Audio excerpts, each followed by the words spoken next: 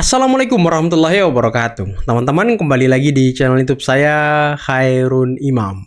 Gimana nih kabar kalian? Semoga kita semua selalu diberi kesehatan, kemudahan, dan juga limpahan rezeki dari Yang Maha Kuasa. Nah, di video kali ini kita akan menyaksikan bagaimana Andi Aswan lagi-lagi membuat sebuah gerakan yang bisa sedikit membuat efek kejut kepada gerombolan pembenci Pak Jokowi. Karena kemarin Andi Aswan bersama dengan Ibu Elida Neti mendatangi Dewan Pers untuk mengadukan Michael Sinaga yang selama ini mengaku sebagai wartawan dan pegang kartu pers utama, tapi dalam setiap pemberitaan podcast-podcast tidak pernah berimbang. Dalam artian dia berat sebelah dan ikut menjadi pembenci Pak Jokowi. Waduh. Kira-kira ceritanya gimana ya? Nanti kita simak. Karena selain itu, Subhan Palal, saya pikir orang ini sudah berhenti ngurusin Mas Wapres Gibran. Ternyata tidak, teman-teman. Dia lagi-lagi menggugat CLS para ketua DPR. Yang harapannya ketua DPR ini bisa memakzulkan Gibran karena dianggap tidak memenuhi syarat sebagai Wapres. Waduh.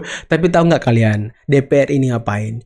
Tidak merespon sama sekali gugatan dari Subhan Palal. Bahkan yang hadir di persidangan itu hanya perwakilan dari ketua-ketua DPR. Ini yang membuat Subhan Palal kecewa berat. Waduh, kasihan sekali. Nah, terakhir kita akan menyaksikan bagaimana salah satu orang yang mengaku sebagai guru atau ahli spiritual Pak Jokowi, dan konon katanya dia membongkar bagaimana laku-laku yang aneh dari Pak Jokowi. Benarkah seperti itu? Nanti kita simak videonya seperti apa. Jangan sampai omong-omong doang ya kan. Tapi sebelum kita mulai, jangan lupa like, subscribe, dan share. Dan tanpa perlu berlama-lama lagi, mari kita mulai videonya berikut ini. Saya melaksanakan mediasi gugatan CLS menggugat para ketua DPR RI agar menggunakan hak jawab, hak menyatakan pendapat bahwa Wapres tidak memenuhi syarat sebagai Wapres. Itu. Nah, mediasi hari ini yang seharusnya menurut Perma nomor 1 tahun 2016 tergugat harusnya hadir sendiri. Tapi ternyata tidak hadir. Maka dijadwalkan lagi untuk tanggal 8 Juni. Tanggal 8 Juni mediasi lagi. Kembali itu. Untuk hasilnya sementara itu mediasinya. Siap. Tadi yang orang yang ditunjuk untuk mewakili tidak ada alasan apa-apa, belum ada alasan. Maka hakim mediator memerintahkan agar tanggal 8 Juni hadir. Waduh, tanggal 8 Juni hadir. Gini ya Pak Subhan ya. Ini kan ketua-ketua DPR ini kan sudah punya kesibukan masing-masing dan sudah punya jadwal yang tersusun rapi, yang sulit untuk diganggu gugat. Cuman di sisi lain, saya kok jadi curiga ya. Gerombolan pembenci Pak Jokowi ini sudah merambah ke semua aspek, teman-teman. Kalau kita lihat ya, mereka semakin terstruktur dan sistematis. Ada yang teriak-teriak di jalan untuk memakzulkan Gibran, melakukan aksi demonstrasi seperti yang dilakukan Rizal Fadila, Rustam Effendi, dan kawan-kawannya. Ada yang bagian intelektualnya. Kalau kita lihat ya, Subhan Palal menggugat di pengadilan dan lain sebagainya. Ada juga bagian kompor-kompornya.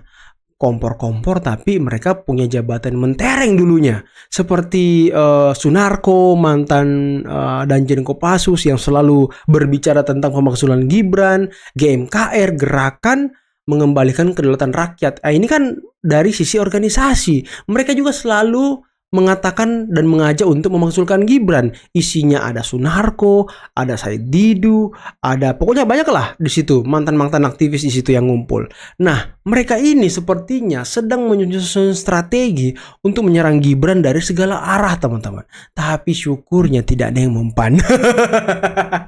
Kita pasti ingat saat itu ketika 3 calon itu dipanggil Pak Jokowi.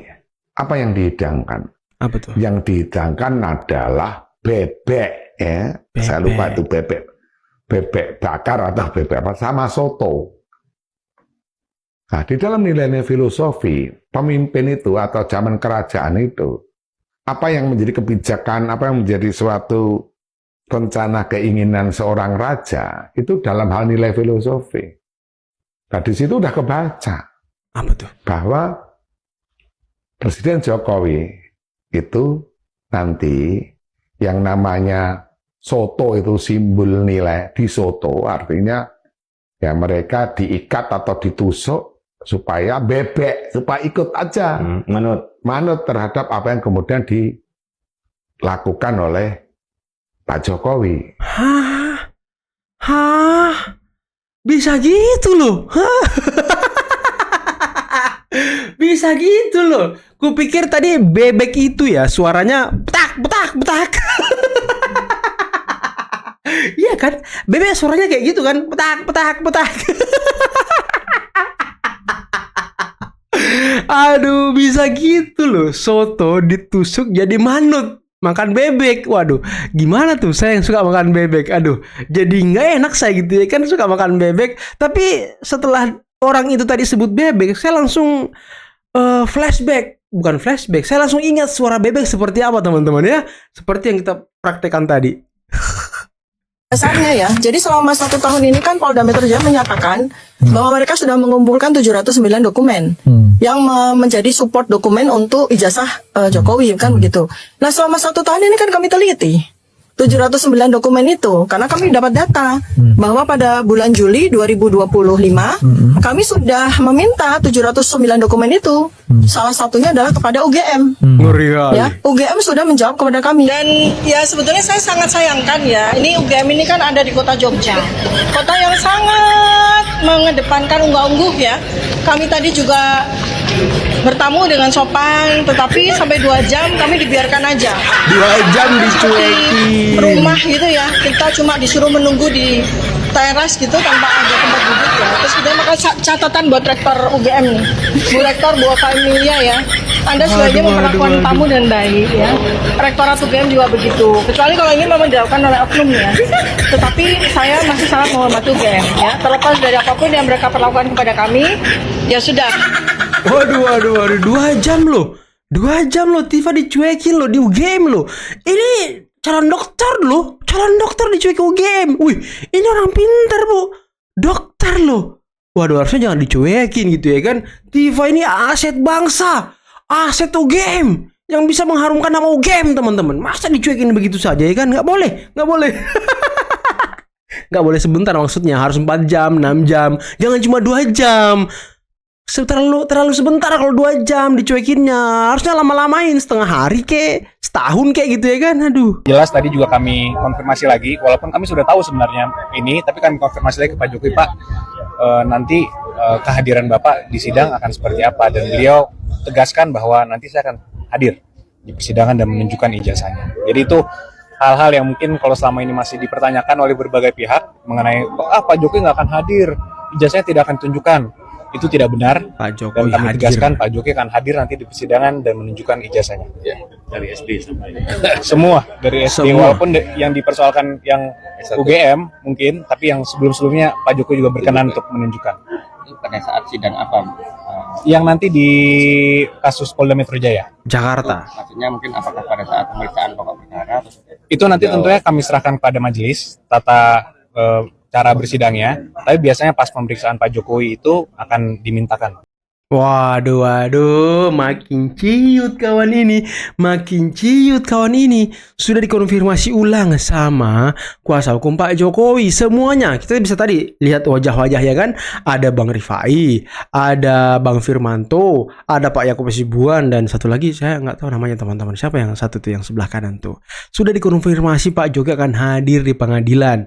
Jadi tunggu aja Kak Roy. Tifa kan kemarin katanya Pak Jokowi menghindari persidangan. Waduh, mimpi kau Tifa, mimpi. Tunggu aja nanti Pak Jokowi akan kasih surprise kalau di persidangan. Setelah Polda Metro akan memberikan surprise, Pak Jokowi juga ternyata akan memberikan surprise kepada kalian gitu ya kan? Ya, selamat siang ya.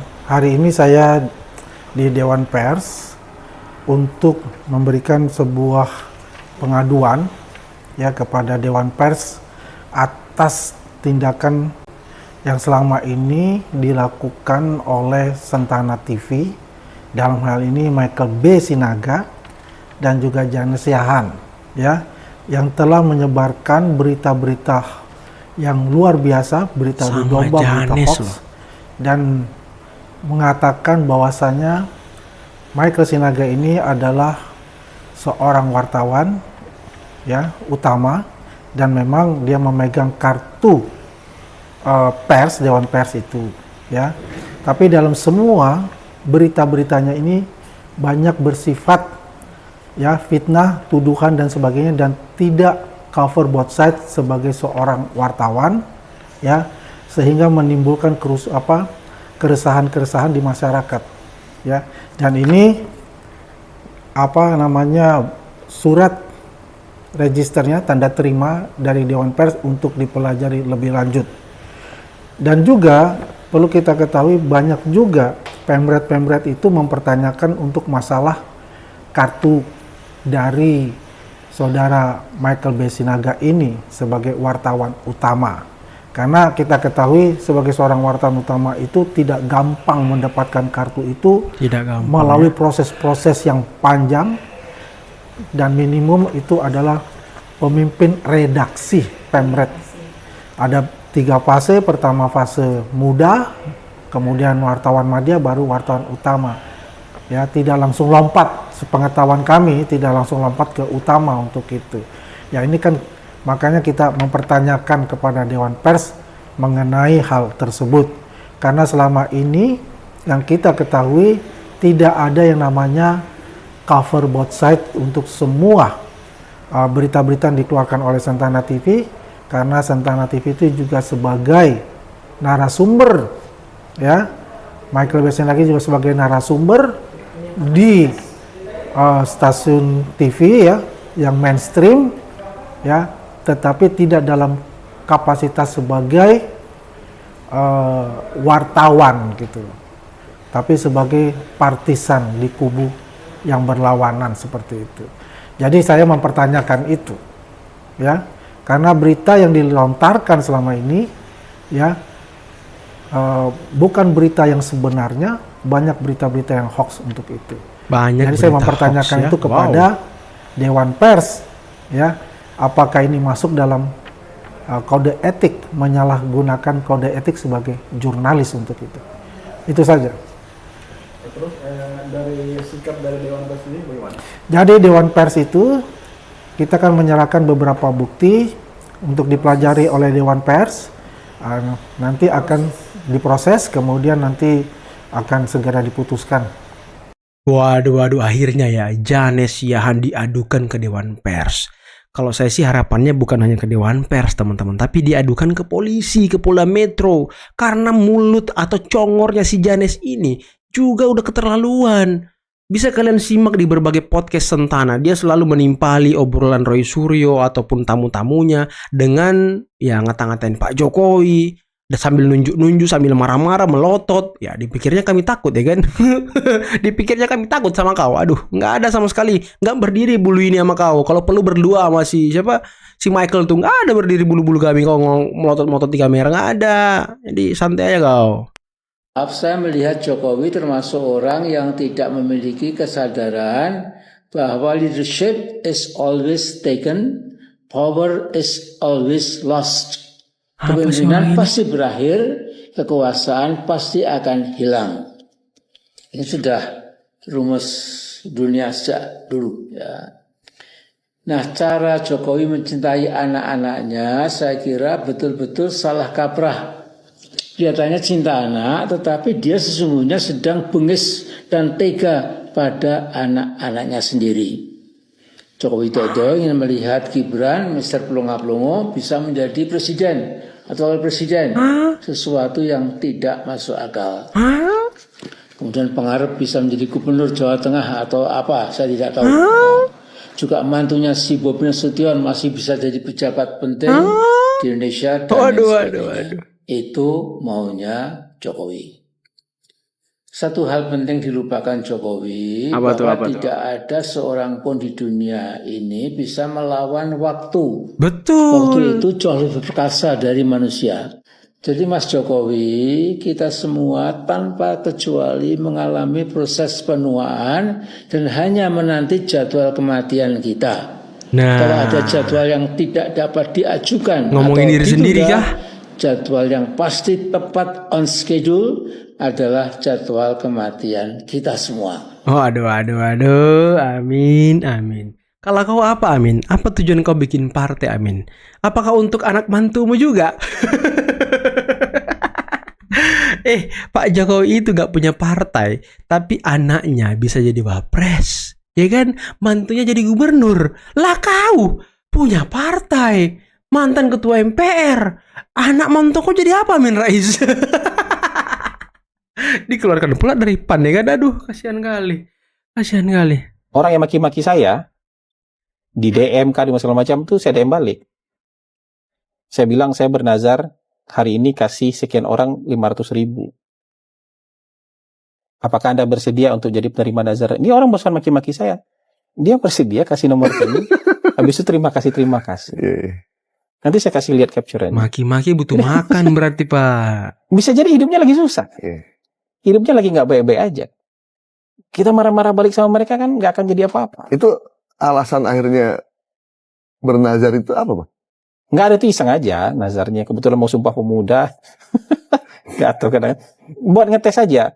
Sebenci apa dia dengan kita. Tapi nggak mau terima. Kalau benci banget sama kita kan dia nggak mau terima. Ini sama 500.000 aja lewat kan. Saya belum ngetes 100.000 lewat nggak ya? Berarti kan hidupnya lagi nggak baik-baik aja. Gila banget, Tio ex BEM UGM anggap Prabowo gangguan jiwa. Saya punya kecurigaan ya. Pinter itu kan soal kognitif. Barangkali memang presiden kita hari ini itu punya gangguan mental. Kita semua mungkin pernah bisik-bisik bahwa presiden kita itu NPD. Tahu singkatannya NPD ya? Narcissistic Prabowo Disorder. Kita baru aja dengar nih salah satu pernyataan dari Tio ex BEM UGM yang menyebut Prabowo itu mengalami NPD atau Narcissistic Prabowo Disorder. Atau sebenarnya dia pengen bilang memang NPD atau Narcissistic Personality Disorder. Bahkan disebut bahwa kemarahan publik harus dikonversi jadi gerakan revolusioner. Pertanyaannya, kok bisa ya dia berpikir kayak gitu tanpa ada hasil psikolog klinis?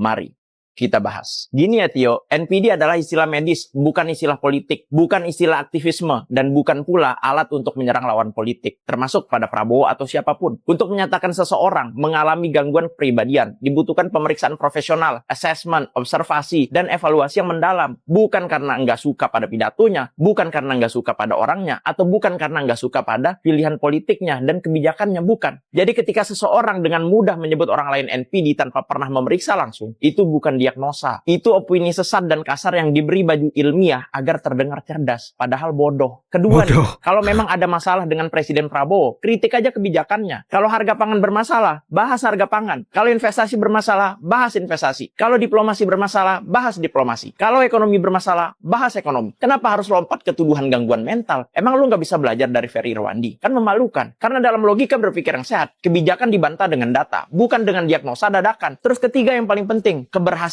atau kegagalan seorang presiden nggak pernah diukur dengan seberapa keras kita membencinya, enggak. Presiden itu dinilai dari hasil kerjanya, bos. Dari pertumbuhan ekonomi, dari investasi yang masuk, dari inflasi yang terkendali atau enggak, dari ketahanan pangan, dari kemampuan diplomasi, dari perlindungan kepada warga negara, dari keamanan nasional, dan dari kesejahteraan rakyatnya. Kalau semua itu ingin dikritik, silakan dikritik, pakai data, jangan pakai bacot doang. Dan kalau yang dipakai justru tuduhan gangguan mental, gangguan jiwa tanpa dasar medis, maka yang sedang dipertontonkan bukan kecerdasan intelektual, melainkan kemarahan yang kehilangan argumen dan kebodohan yang dipertontonkan, diain lagi sama yang nonton. Gimana menurut kalian? Wow, kalau saya sih pribadi teman-teman ya, saya justru melihat yang NPD itu ya mungkin si mantan ketua BEM ini.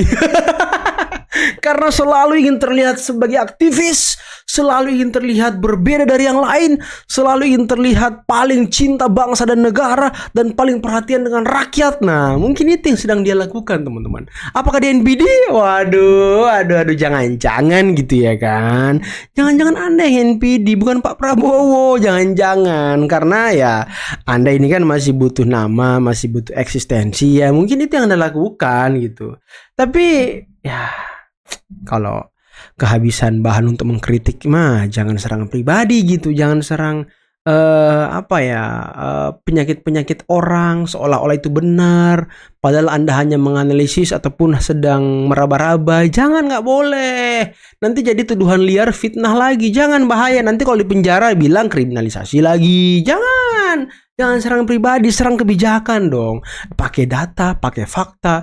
Jangan hanya bilang makan berkedok gizi apa tuh yang dia bilang soal MBG, soal koperasi juga apa tuh katanya. Aduh, banyak sekali istilah-istilah yang keluar dari mulut dia. Mungkin ya dia tidak bisa melampirkan data dan fakta, makanya yang keluar dari mulut dia itu hanyalah cemooh, hanyalah cacian, hanyalah makian. Karena hanya itu yang dia bisa, teman-teman. Aduh, kaum intelektual katanya ya kan. Aduh, gimana ya, mau ngomong apa ya? Heran saya dengan mahasiswa-mahasiswa ini, aktivis-aktivis ini. Giliran dapat presiden yang luar biasa dibilang NPD. Nanti Anies yang naik dibilang keren ya kan. Waduh. Tapi gimana menurut kalian tentang beberapa tayangan yang kita simak tadi? Saya sih sangat tertarik dengan Subhan Palal yang tidak patah semangat menggugat Mas Gibran sampai dicuekin DPR. Ada juga si Tifa dicuekin di UGM 2 jam. Ada juga si guru spiritual itulah pokoknya guru spiritual itu yang katanya Pak Prabowo memberi makan bebek ya kan sama soto, itu ada filosofinya. Aduh, makin aneh aja dunia ini ya. Oke, mungkin cukup sekian video kali ini. Jangan lupa like, subscribe dan share videonya. Akhir kata billahi taufiq wal hidayah. Assalamualaikum warahmatullahi wabarakatuh. Bye bye.